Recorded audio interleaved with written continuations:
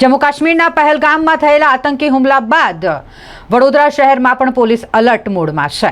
વડોદરા શહેર police commissioner Narasimha Kumar દ્વારા આ મામલે નિવેદન આપવામાં આવ્યું છે. જમ્મુ કાશ્મીરના પહેલગામમાં થયેલો આતંકી હુમલોને જેમાં 28 લોકોના જીવ ગયા, 28 લોકોની હત્યા કરી નાખી હોય, આ બનાવને લઈને તેમણે સંવેદના વ્યક્ત કરી હતી. સાથે સાથે પોલીસ દ્વારા શું કામગીરી કરવામાં આવી રહી છે. વડોદરા શહેર પોલીસ અલર્ટ મોડ પર છે, ભીડભાડવાળી જગ્યાઓ પર તૈનાત છે.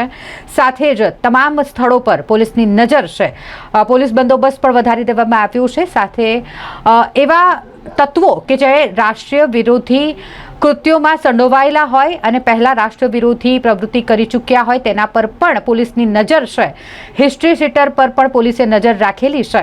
સાથે જ ખોટી અફવાઓ પર લોકો ધ્યાન ન આપે તેવું પણ પોલીસ કમિશનર નરસિમ્હા કુમારે કહ્યું. અને સાયબર ક્રાઇમની જે ટીમ છે તેઓ દ્વારા પણ સોશિયલ મીડિયા પર નજર રાખવામાં આવી રહી છે. સોશિયલ મીડિયા પર ખોટી અફવાઓ ફેલાવનાર કે પછી કોઈપણ પ્રકારના ખોટા મેસેજ વાયરલ કરનારની સામે પણ પોલીસ દ્વારા કાર્યવાહી કરવામાં આવશે.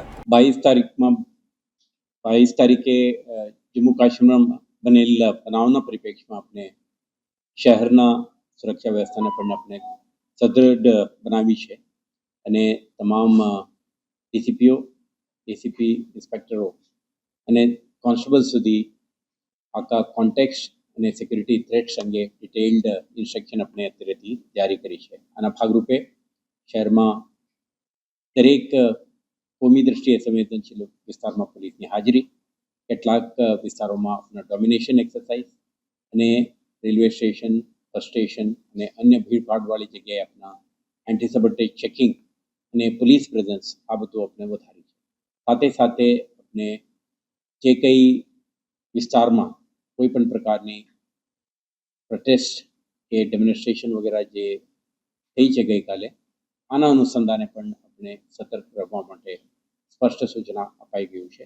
એટલે સમગ્ર શહેરમાં પોલીસ પ્રેઝન્સ, વિઝિબિલિટી અને કોઈ પણ અનિચ્છનીય બનાવ ન બને તે અંગે આપણે સ્ટ્રોંગ સિક્યુરિટી અરેન્જમેન્ટ આપણે અમલમાં મૂકી છે. સાથે સાથે અગાઉ જે કોઈ ઇસમો એન્ટી નેશનલ એક્ટિવિટી સાથે જોડાયેલા હતા કે આર્મ્સ એક્ટ, એક્સપ્લોઝિવ્સ એક્ટ વગેરે ગુનાઓમાં પણ આપણે જે અટક કરી છે એવા ઇસમોના પણ આપણે વેરબાઉટ્સ અને એન્ટીસિડન્ટ આપણે ચેક કરી રહ્યા છીએ, જેથી કરીને આવા તત્વો શહેરમાં સક્રિય ન બને અને કોઈ અનિચ્છનીય બનાવ ન બને તે માટે આપણે શહેર પોલીસ સતર્ક છે.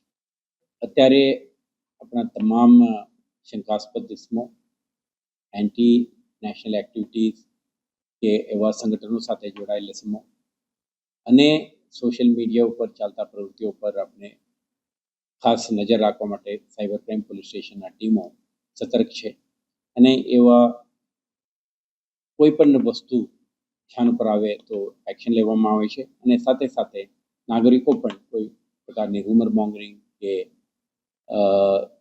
અનઓથેન્ટિકેટેડ ઇનપુટના આધારે કોઈ રિએક્ટ નહીં કરે એવો આપણે અનુરોધ પણ આપણે કરી છે.